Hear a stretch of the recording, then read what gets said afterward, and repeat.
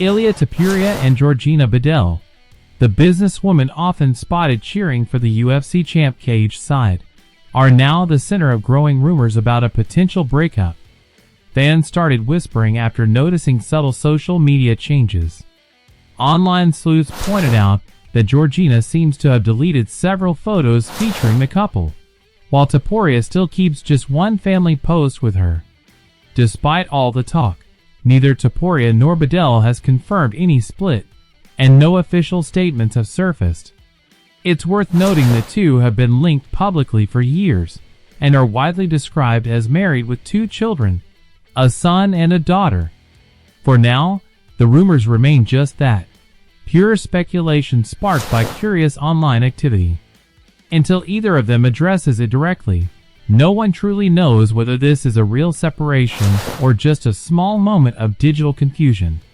Yuri Prochaska reveals the true reason behind his emotional reaction to Alex Pereira's victory.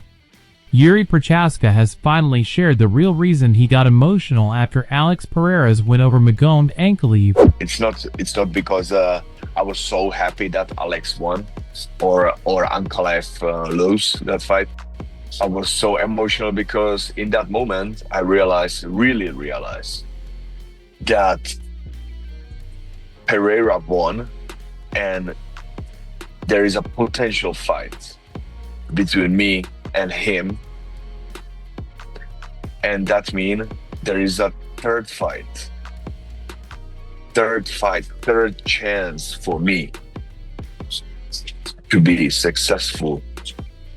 And I deeply realized, man, this is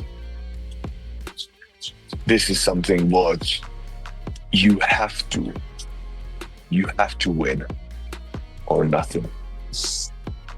So I just realized this thing and I said to myself, man, that will be I think the biggest challenge at of my UFC life. 320. During the post-fight press conference, Prochaska explained that his emotions came from his respect for Pereira's team and his clear dislike for Ankalaev. However, in a recent chat on the Ariel Helwani show, the former champ clarified that it wasn't exactly about Pereira or Ankalaev themselves. It was something deeper and more personal. Demetrius Johnson disagrees that Conor McGregor or Jon Jones deserve the White House spotlight. Let's say Jon Jones comes back, he fights Johnson Almeida. He was like, you know what? I want to be on the White House card. What do I got to do? They're like, okay, you fight the winner of Volkov versus Johnson Almeida. Bet. And then he beats Johnson Almeida. Then it's okay, perfect. You're going to fight the winner of XYZ on the White House. Perfect. I'm all for it. But I just don't like when somebody's iced, sitting there chilling. They get to pick and choose what they do. Maybe they earn that right. I have no idea, right? But for me, I want to see guys who are putting the rubber to the pavement. Brother, in all the accomplishment Jon Jones has done, it's amazing. I'm not denying that. I'm just saying that if we got guys who are on the roster and fighting their asses off, they should have the first dibs to get on the White House. Even for Conor, we don't need his ass on the White House, right? But I know him and Donald Trump, they got some good things going.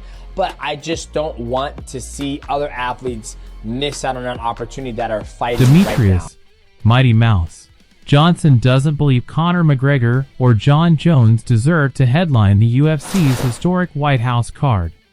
After Dana White officially confirmed the UFC event at the White House on June 14th, the buzz exploded over who'd lead the show. The top 2 names in the conversation? McGregor and Jones. But Mighty Mouse wasn't having it. Speaking in a recent YouTube video, he argued that active fighters who've been grinding hard and consistently competing deserve that spotlight far more than inactive superstars living off past glory. Well, we know he cuts from 234. He was 234 the day after the weigh-ins. He could probably bulk up to 240, 245. That's a good size heavyweight, so there's no problems with that there at all. It all just lines up perfectly. And as I said, in terms of historical matchups, and you can forget about the White House, because the White House is going to be Americans versus non-Americans. That should be the theme. It's to celebrate 1776 after all. You know, he's Brazilian. Tom Aspinall's British, okay? That doesn't work, okay? But he just kicked ass on Saturday. Tom Aspinall's probably going to beat Cyril Gane. Do that matchup, first quarter of 2026, kick off Paramount in style. There you go. There's a big matchup. Can Pereira become the first ever 3-weight division champion?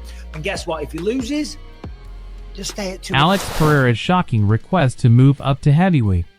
Following his emphatic win at UFC 320, Dana White revealed that the Brazilian powerhouse told him he wants to move up to heavyweight. Despite Pereira's excitement, the UFC president wasn't entirely convinced, reminding everyone that Pereira used to fight at 185 pounds, and jumping 2 divisions is a massive stretch. Michael Bisping, though, sees no issue.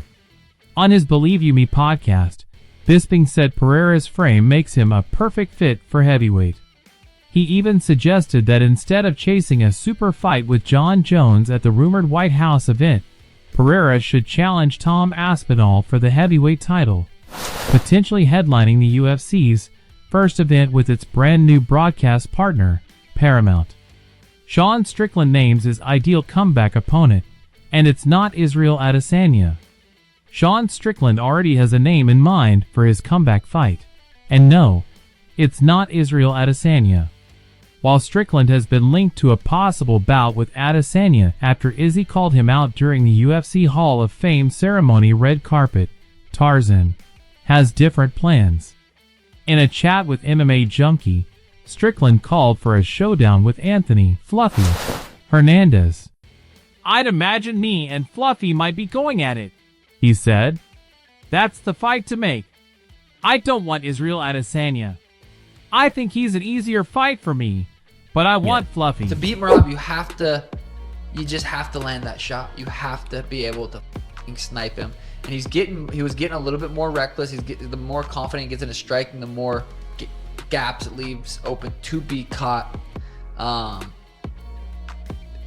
just the only. I don't see really anyone being. I do think I'm the only. I hate to say it. I hate to fucking say it. I'm the only one that can beat him. They give you a shot at the White House. Now I gotta go out there and get some wins. But I don't see anyone really beating Merab anytime soon. He needs to be clipped, needs to be knocked out and put to sleep to beat him. And I just don't really see anyone other than myself. He puts me in title contention because all he does is grapple. He's like the American Kamzat. If I out-wrestle him for 5 rounds, it's like, all right, you go beat your cans and call me when you're ready. Strickland added, "I'm one of the best grapplers in the UFC. I just don't always get to show it, but I am. I want to fight him for 25 minutes just to prove that."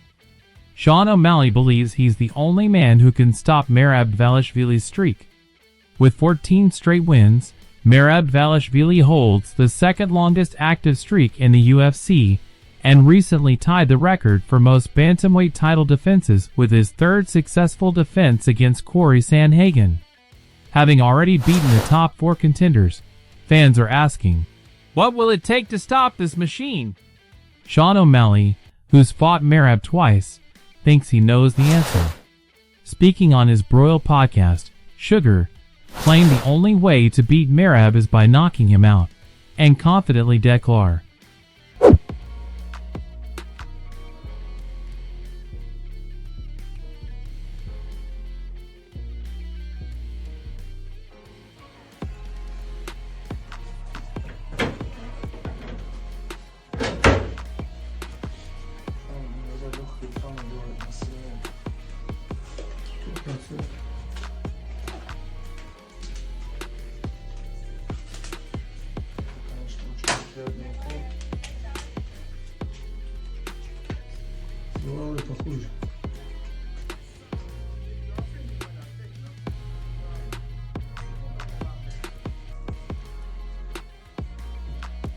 Can you ask him like where it spreads, if it spreads like this way or up and down?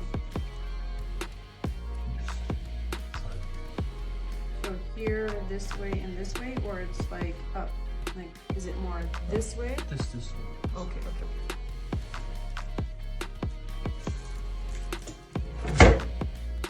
Which one hurts more, 1 or 2? that he's the only fighter capable of doing it. Jeremy Stephens reacts after brutal loss to Mike Perry at BKFC 82. Jeremy Stephens isn't hiding behind excuses after his war with Mike Perry. On Saturday at BKFC 82, Stephens lost a savage unanimous decision that left him battered, swollen, and without the King of Violence title. But defeat didn't break him. On Sunday, he wrote on Instagram, "We went up against the odds again and went to war with one of the toughest in BKFC. No gloves, no excuses, just heart. That's what this sport's about." He gave a shout out to David Feldman and respect to Perry, adding, "This one wasn't about records. It was about legacy, testing myself against the best.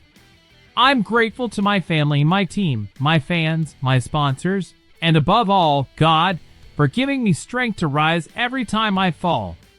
We're not done. Back to weight. Back to business."